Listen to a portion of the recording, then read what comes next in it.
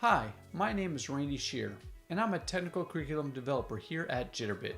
And I'm glad you could join me as we walk through the setup process for the Zendesk-Salesforce Incident Management Process Template. First, I want to explain what a process template is. The Cloud Studio process templates are groups of pre-built integration use cases that accelerates the execution of a specific business process using numerous objects across multiple applications or systems. Process templates are designed to reduce the time to deployment by 50 to 80% and can be self-implemented, delivered by Jitterbit Professional Services, or delivered by implementation partner. For access to a template, contact your Customer Success Manager. The Zendesk-Salesforce Incident Management Process Template streamlines and automates processes while improving the collaboration between teams for highly effective employees and customer management. The template is a prepackaged solution for integrating Zendesk with Salesforce, enabling support teams to be quick, efficient, and productive. The template automates processes and operations that reduce time in resolving customer and employee-related issues, so that time can be invested in more meaningful tasks that help to provide improved experiences. Now, let's begin with installing the process template. To install the process template, I'll need to log into the Jitterbit Harmony portal and open Marketplace. Marketplace is a Jitterbit resource for searching and retrieving recipes and process templates to help you quickly create new projects. I will use the filter on the side to help you remove unwanted templates. Once I find the appropriate template, I can first click on Documents to download the documentation guide for this process template. This documentation guide should be referenced frequently while using the process template.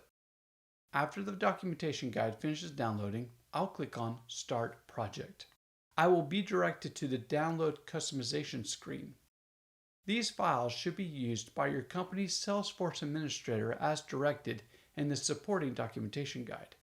I will not show this process, but it will need to be completed before the template will work as intended. After the zip files have downloaded, click Next to be taken to the Create New Project screen.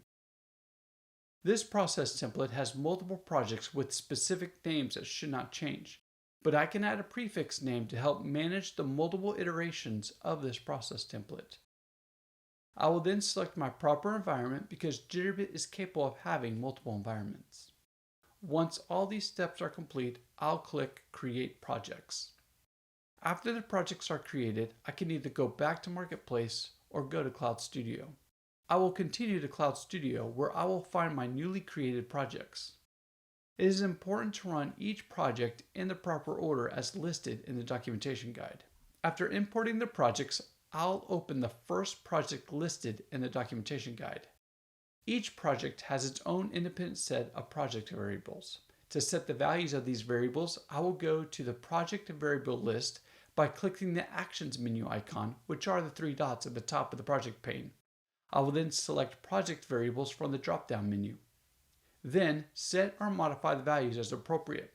When I am done entering all the appropriate values, I will click the X at the top, which will take me back to the project. There is a list of variables that need to be changed in the supporting documentation guide. I will apply the appropriate variable settings from my connectors, and I'll be ready to test each endpoint connector. Prior to running any of the project's operations, I need to open each of the connectors, both Zendesk and Salesforce, and test the connections to confirm that the supplied credentials work with each endpoint. First, I will check Zendesk to see if the connection is successful. To do this, I'll double-click on the Zendesk connector and scroll down to the bottom where I see the button called Test. When that button is clicked, it will take all the variable settings I used in the last step to see if there is a successful connection to my specific Zendesk connector. If it was successful, I'll see a green message saying Connection Success. If it was not successful, I'll get an error message. I see that my connector was set up correctly, and I will click the X at the top and do the same thing for the Salesforce connector. Now it's time to start triggering the proper workflows in the proper order. It is important that I install, configure, and test the connectors of all the projects listed in the documentation guide. Once this step has been completed, I can deploy and run each project in the proper order as listed in the documentation guide. If you have any questions, please check out the information located at Success Central by going to success.jitterbit.com.